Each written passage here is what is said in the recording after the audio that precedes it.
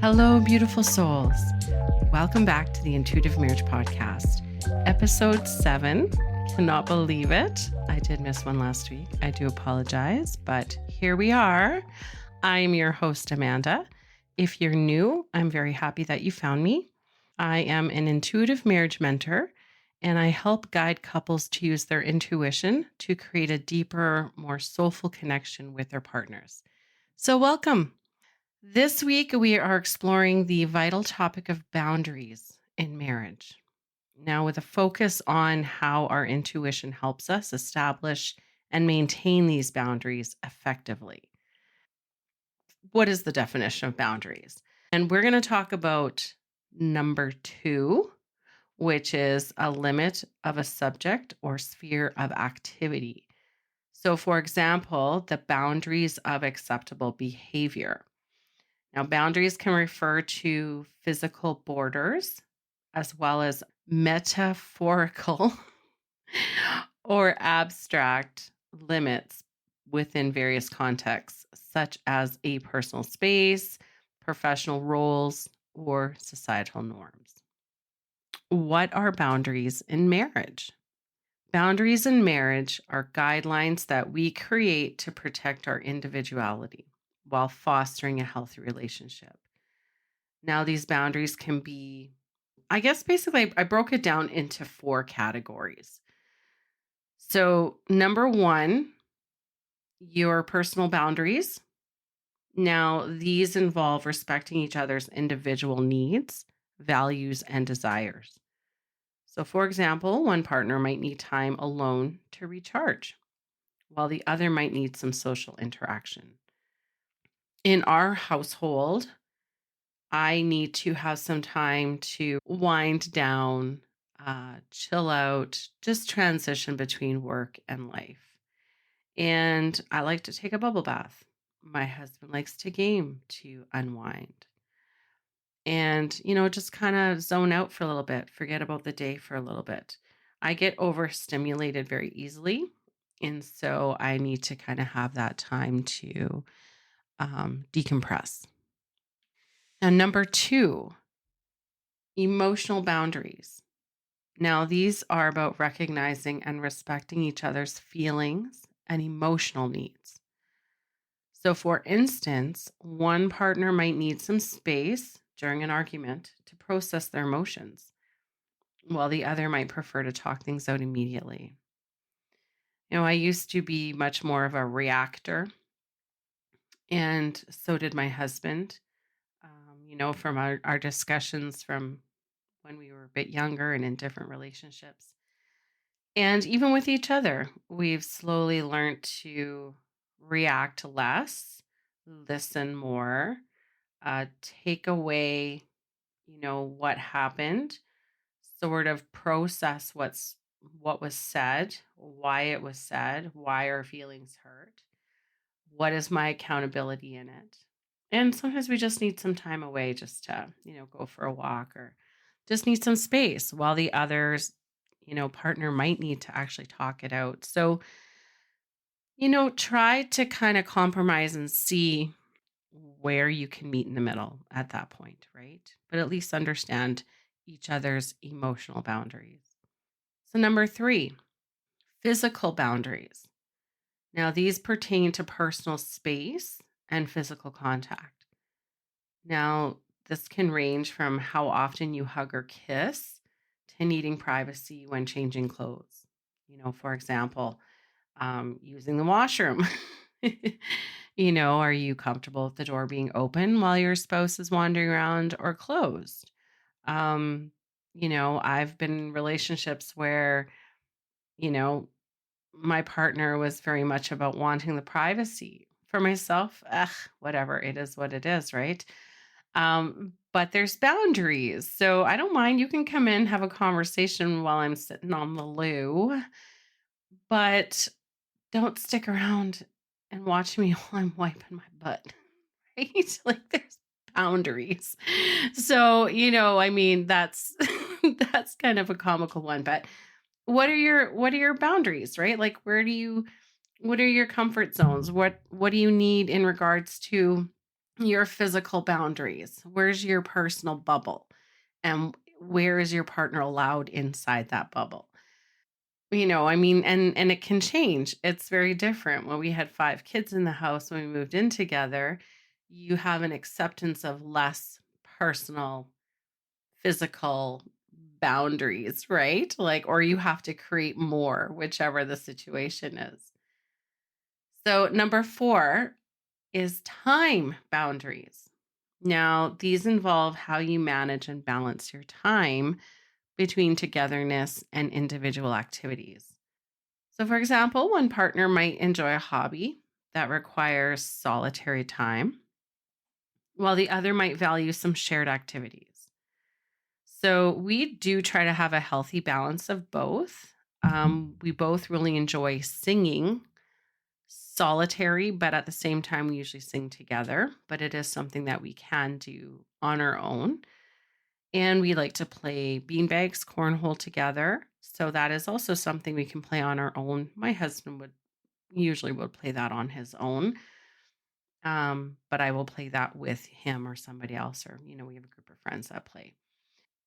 Sometimes he needs to have his gaming time or play his games on his phone. Sometimes I need to just scroll and zone out on my phone.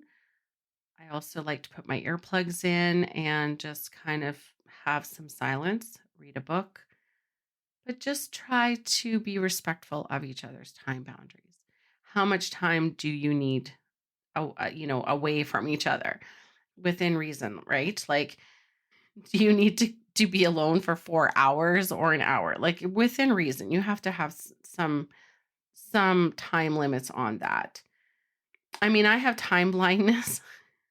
I really try not to use that as an excuse, but ADHD, like, all the time, it's like if I have 5 minutes, I'm like, "Ooh, I have, like, such a long time. I have, like, an hour." Like, I mean, it's just not reasonable, right? So, if it takes me an hour to get ready and I'm telling my husband, "Oh, I'm going to start getting ready, 20 minutes before we're supposed to be out the door," then absolutely I should be expecting him to be annoyed with me because I'm not respecting his time and I'm not managing my time properly. So, it's all that, right? And it goes back to communication, respect, expectations. Like, there are limits, right? So, what are you good with? How long is too long? Now, as blended families, we were aware and conscious of time spent with our own children when we first started dating, and we found that that was very important. Not just time spent with each other to nurture our relationship that was, budding and we were getting to know each other. In the early years, we also created boundaries with ourselves and with our own families. So if we really wanted to spend time with each other or one wanted to spend time with the other, but we had plans with our own children, we really had to follow through with those boundaries so that our children understood the importance that, they came first at that time and we were working on our relationship outside of the time spent with them. So, and that was something that we had discussed and what were our expectations moving along in our relationship. So, as you do grow in your relationship, those boundaries may change and just be open to that, right? So, the importance of boundaries. Now, establishing boundaries is crucial because they, for one, foster mutual respect by recognizing and honoring each other's limits. Also helps to maintain independence by allowing both partners to retain their own identities, prevents conflicts by setting clear expectations and avoiding misunderstandings. Also provides emotional safety by creating a predictable and a secure environment where both partners feel valued and understood. That is huge. That is absolutely huge when you have a partner that you can rely on because their boundaries are predictable because you've had the communication, you understand each other. There's expectations, and it just makes for a much more peaceful and content relationship, if that makes any sense. There's you just know, which moves into kind of trust, which actually we're going to talk about that next week. So, okay, now I want to talk about intuition and boundaries because intuition is kind of my jam. It's kind of my thing. I know that's probably such a old fogey kind of, uncool thing to say, but it is. It's what I'm all about. It's why I created the podcast. The intuition is my favorite word. So it's that inner sense, right? Of knowing, feeling. You just have that sense of knowing. You don't know why you know, you just know. That feeling is instrumental in setting boundaries. Now, here's how intuition can help recognize needs. So trust your gut feelings about what you need in your relationship. If you feel drained after social events, your intuition is telling you that you might need more downtime. So maybe you need to compromise on plans. Or maybe you can alternate evenings, do something where you're also satisfying the needs of your partner, but at the same time, respecting your own needs. Detect discomfort. So pay attention to your inner discomfort signals. If something feels off, it likely is.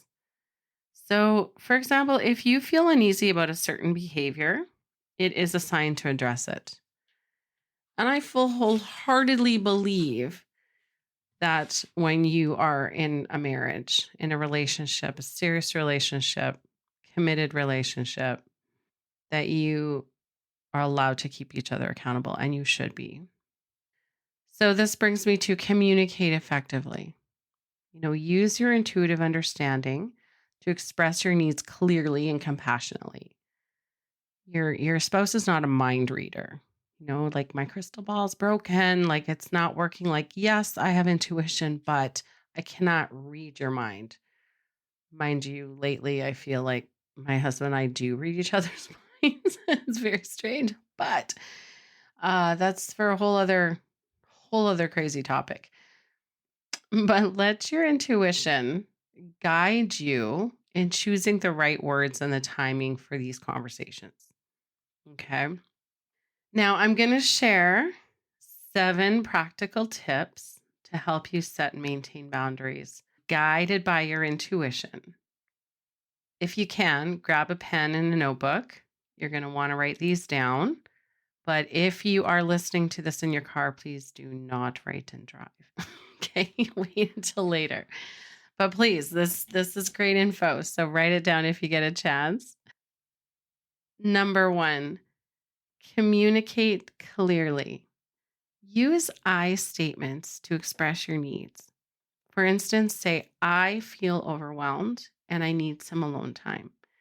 Instead of like, you never give me space, don't ever play the blame game. It's not cool. It's not going to get you anywhere. It's just going to turn into an argument and then everybody just feels really awful. So just don't. Express how you are feeling. Number 2, be consistent. So stick to your boundaries to avoid confusion. It's kind of like parenting, you know, like stick to your boundaries, keep them consistent.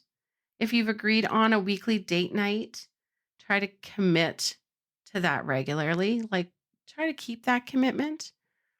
If you've promised something or if you've discussed that you're going to do something, just be true to your word, really. Respect.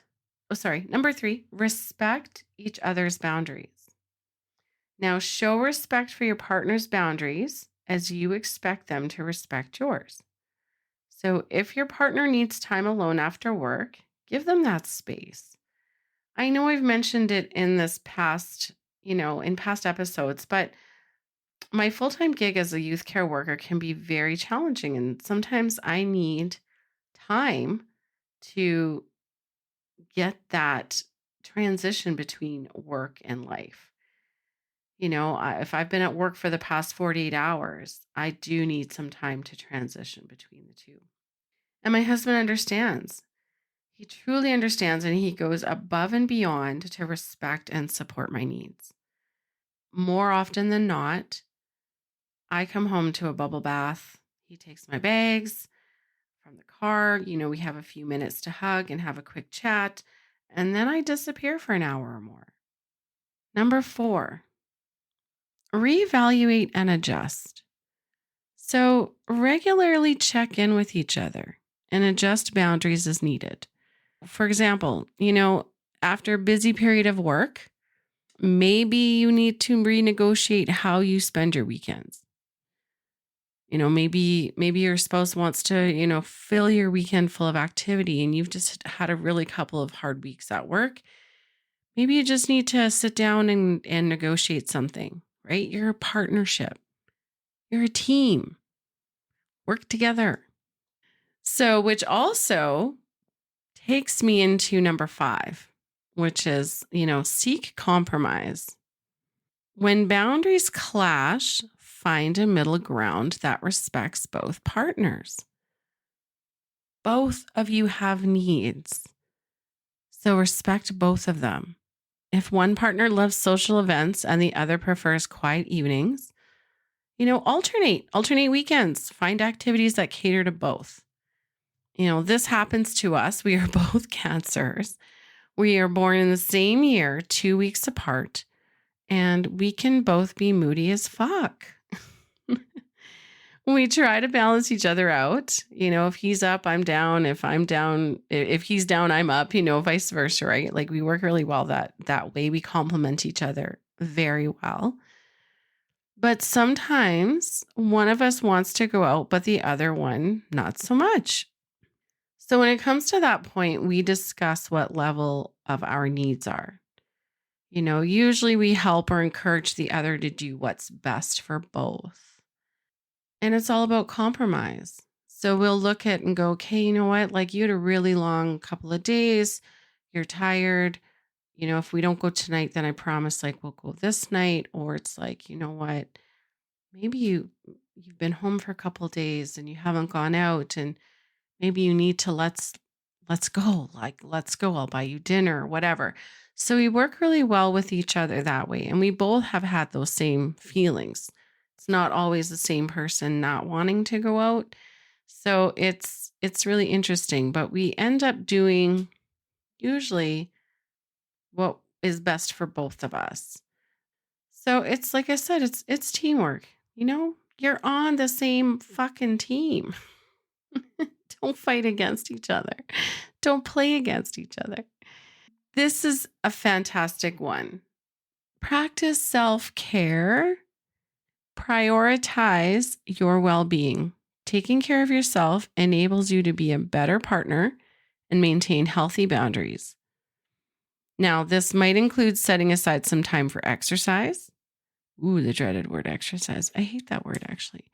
I like the word movement, dance, walk, or your hobbies or relaxation. Maybe you just need to chill on the couch, binge some Netflix, read a book, listen to a podcast. You are responsible for your own physical and mental health. Work together with that and be responsible for your own self-care in whatever capacity that may look like for you. Number 7, get support if needed. If setting boundaries is challenging, consider seeking help from a therapist or a coach. They can provide guidance and tools, excuse me, to help you navigate this process effectively. Want to give you an example. Snoring. What if a spouse snores? Do you decide that spouse sleeps in a different room? Maybe only during work days and weekends. Maybe you put earplugs in. Or maybe you do that 7 days a week. Maybe you wear earplugs and you sleep in the same bed. Whatever the importance is for the couple, make it work. But I do believe it's extremely important for couples to share the same bed as often as possible. You exchange energies when you're together. You have a certain closeness and intimacy, skin to skin contact. You need to spend time in your bed together. That's my opinion, but I'm very, very strong on that. So decide what your personal boundaries are and compromise to satisfy both of you. Now, as I explained earlier, I get home from work. We have a 15 to 20-minute togetherness, chat, kiss. I disappear into a bubble bath and I light some candles. I put my galaxy lights on. Don't judge. And for an hour or so I do my own thing. Then we have the rest of the evening together. Then we have some quality time. We have some fun. Maybe it's dinner and a movie night. Maybe it's cuddling at home. Maybe we do karaoke at home. Perhaps we decide to do a night of gaming or play a board game. Just chat. Maybe we have a bonfire. Perhaps it's a date night. Maybe we're going to a bar or a pub for karaoke night out with some friends. But I need that time to transition before I have the energy to give to our marriage, my marriage, our marriage. If I don't have that transition time, there has been times where it just hasn't happened. I might be zoned out on my phone, scrolling all night, trying to decompress, right? So I do try to prioritize my self-care, take time for myself, and then I'm a better wife for it. I'm more engaged. I've had my little zone out time already, but it's been a positive zone out time. And my hubby needs some game time too, or some phone game time, right? Peace and quiet. He's in a busy plant all day and it's noisy. And so sometimes he just needs to sit in some quiet. What boundaries do you have personally? And what boundaries do you have as a couple? I encourage you to set some time aside this week and discuss with your partner. Maybe it's boundaries with in laws. Maybe it's boundaries with children, grandchildren, stepchildren, work, money, spending, habits. Maybe it's if you have a girls' night or hubby's out with the boys. Is there a curfew? Do you have a boundary for that? Do you set a time? What are the expectations? What are the reasonable expectations? What's okay? What's not okay? Go check out episode 5. I talk about expectations and accountability. So, setting boundaries is about creating a healthy and respectful connection guided by your intuition. It's about knowing yourself and your partner and finding ways to meet each other's needs. Now, by trusting your intuition, you can navigate the complexities of marriage with greater ease and understanding. So, thank you again for tuning in to this episode of the Intuitive Marriage Podcast. If you have any questions or want to share your experiences, please reach out to us. Don't forget to subscribe and leave a review if you have enjoyed this episode. And until next time, take care and nurture your relationship with love and respect. Bye for now.